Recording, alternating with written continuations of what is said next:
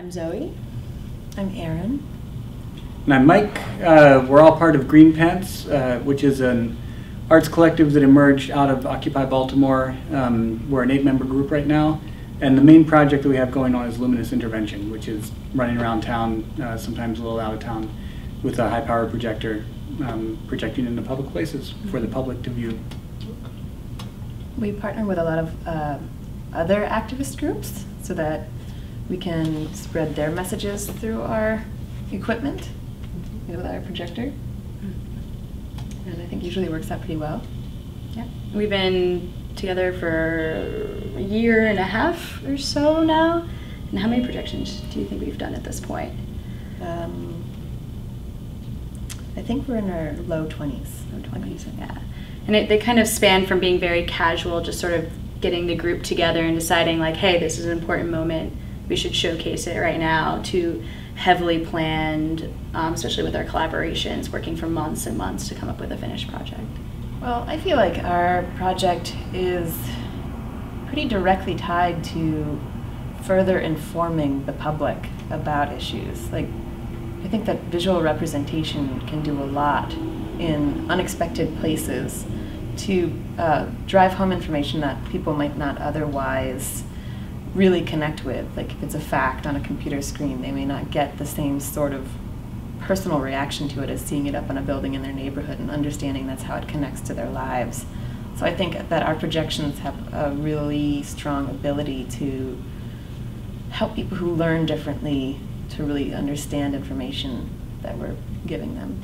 We go scouting, often it depends on if we're collaborating with someone, we want to keep it to a certain geographic location, but typically we look for buildings with not a lot of windows, because they'll absorb the light.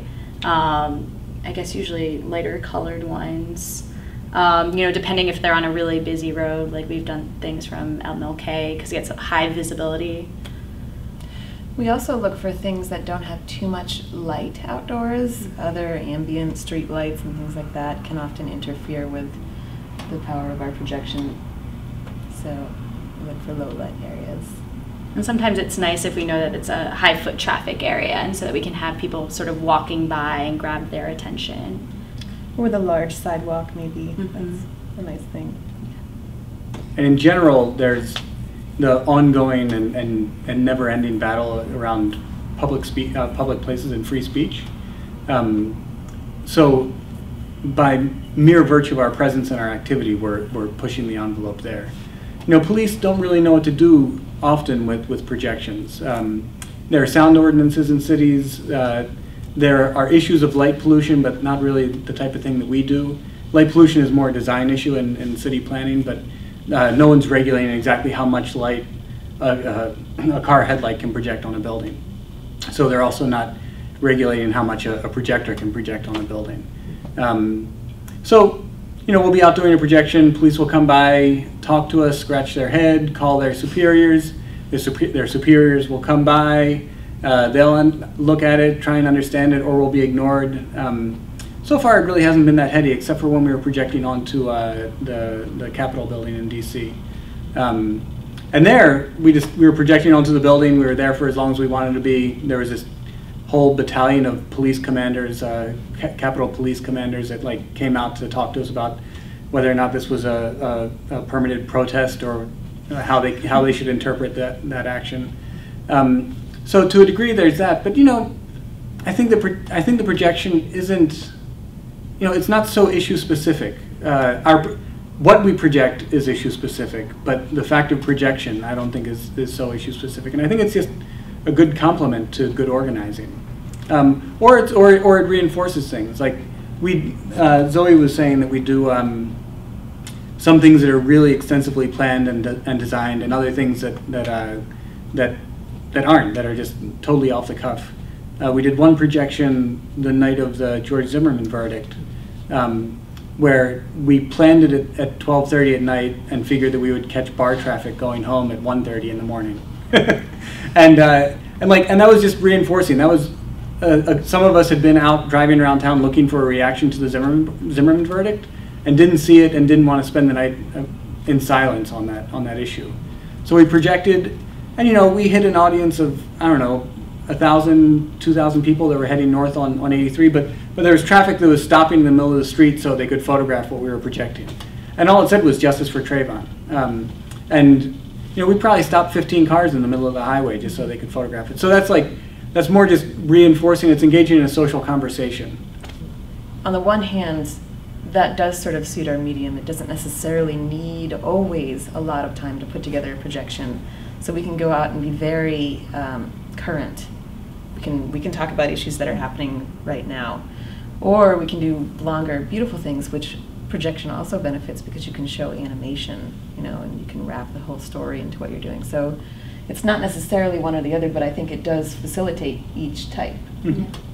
Yeah, when we collaborated with Communities for All Ages, which has been our longest collaboration, it was pretty incredible to see it up there. And I know for our audience too, because we really got them involved and to engage with it. And it was this huge event. In that case, projection was a really wonderful medium because basically we were telling neighborhood stories, and people in the community were just sharing their experiences, and then they got to be monumental, larger than life, and suddenly even while they're talking about everyday occurrences that happened ages ago, it suddenly took on this really big importance for the space, for the community.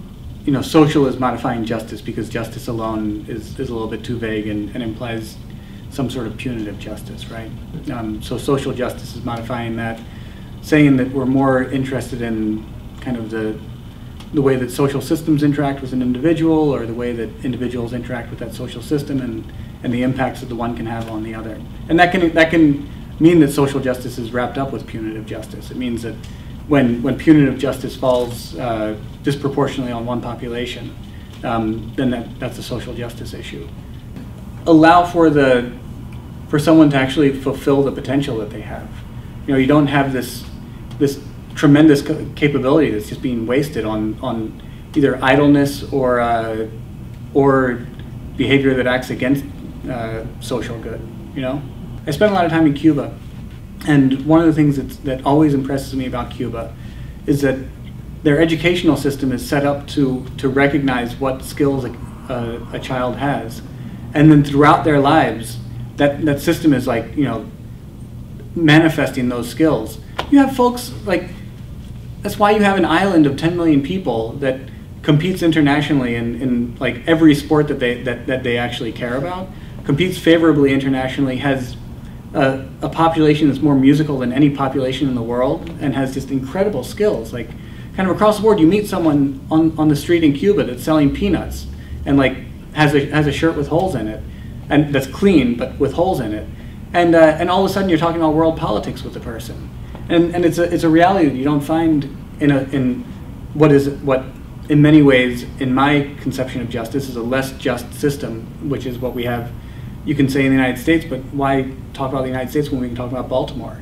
And in Baltimore, you walk around, you don't have those conversations typically with folks on the street. You don't even have those conversations with folks in the university.